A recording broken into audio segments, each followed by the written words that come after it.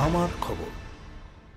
এক হাতুড়ে ডাক্তারকে এলোপাথারি ছুরির কোপ, আশঙ্কাজনক অবস্থায় ভর্তি সিউড়ি সদর হাসপাতালে। ঘটনাটি ঘটেছে চন্দ্রপুর থানার অন্তর্গত পাতাডাঙ্গা গ্রামে। হাতুড়ে ডাক্তারের নাম হারুন রশিদ, বয়স 56 বছর। এদিন তার গ্রামের বাড়িতে চেম্বার বন্ধ করে ছাদে যায়।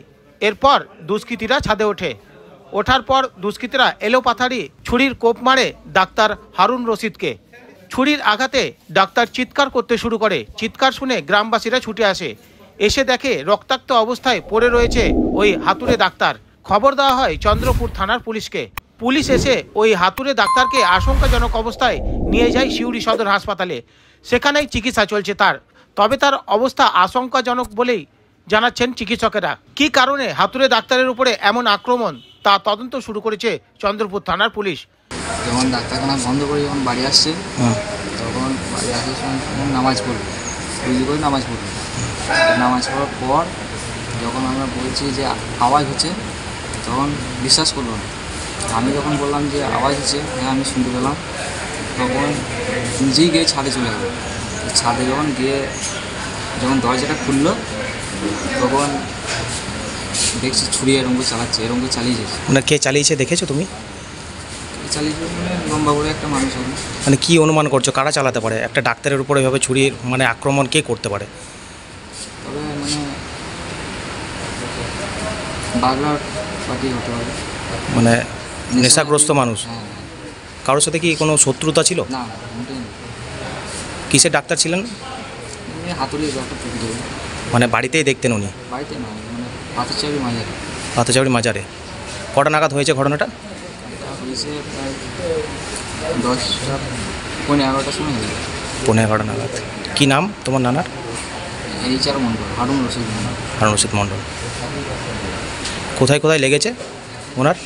ঘাড়ে লেগেছে, পিঠে লেগেছে, হাতে শিরাতে লেগেছে, তারপরে মাথায় লেগেছে। তোমরা কীভাবে জানতে পারলে যে ছাদের উপরে এইভাবে মানে কেউ আক্রমণ, কীভাবে জানতে পারলে? আমরা জানতে পারলাম এইটা মানে আগেও হতো এরকম। আচ্ছা। এরকম আগেও মানে অনেকবার হতো, টার্গেট নিত আগে। তবে আজকে এরকম হয়ে যাবে সেরকম আমিও বুঝতে পারি। সুন্দর রাত্রে আমরা বাড়ি চলে যাই। আমরা বাড়িতে গিয়ে খাওয়া দাওয়া জাস্ট সেরেছি, হঠাৎ করে দাদার ফোন আসে যে আমাদের গ্রামের একজন পরিচিত ডাক্তার আছে রণজিৎ মণ্ডল, যে ওনার খুব শরীর খারাপ, অ্যাটাক হয়েছিল। আমরা গিয়ে স্থাপনার সাথে সাথে বাড়িতে বেরোই। বাড়িতে গিয়ে ওনার দেখি যে ওখানে গিয়ে আরও 2-3 লোক আছে, আমাদের সব গ্রামের সব আছে। ওনাকে দেখছি ওনার গোটা শরীর রক্তাক্ত অবস্থা পড়ে কান্নাকাটি করছে বাড়িতে সবাই। ওনার একটা নাতি আছে, ওনার স্ত্রী আছে, সবাই কান্নাকাটি করছে, মেয়ে আছে। আমরা জিজ্ঞেস করতে ডাক্তারবাবু বললেন যে আমার উপরে অ্যাটাক হয়ে গেছে। আমরা দেখুন পুরো বাড়ি রক্তাক্ত অবস্থায় পড়ে আছে। ইতিমধ্যে আমরা আমাদের গ্রামের পুলিশকে খবর দিয়ে জানালাম, আরও গ্রামে যারা আছে পাইপ আছে তাদেরকে জানালাম। সবাই এসে অ্যাম্বুলেন্সে করে আমরা হসপিটালে নিয়ে এসেছি। যে এইভাবে ডাক্তারকে কীভাবে মেরে চলে গেলো, কী মনে করছেন কারা মারতে পারে এইভাবে? এটা আমরা কী করে বলবো, এটা বলা তো মুশকিল। কীভাবে কী হয়, হয়তো পুরাতন শত্রুতাও করতে পারে, বা এখন যা ব্যাকগ্রাউন্ড বা আপনাদের যা মাতলামো করে তাদের একটা মানুষের ডাউট হতেই পারে।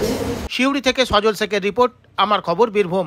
বোলপুরের ভুবনডাঙ্গায় নজরুল পথের পাশে তৈরি হচ্ছে অভিপ্সা অ্যাপার্টমেন্ট।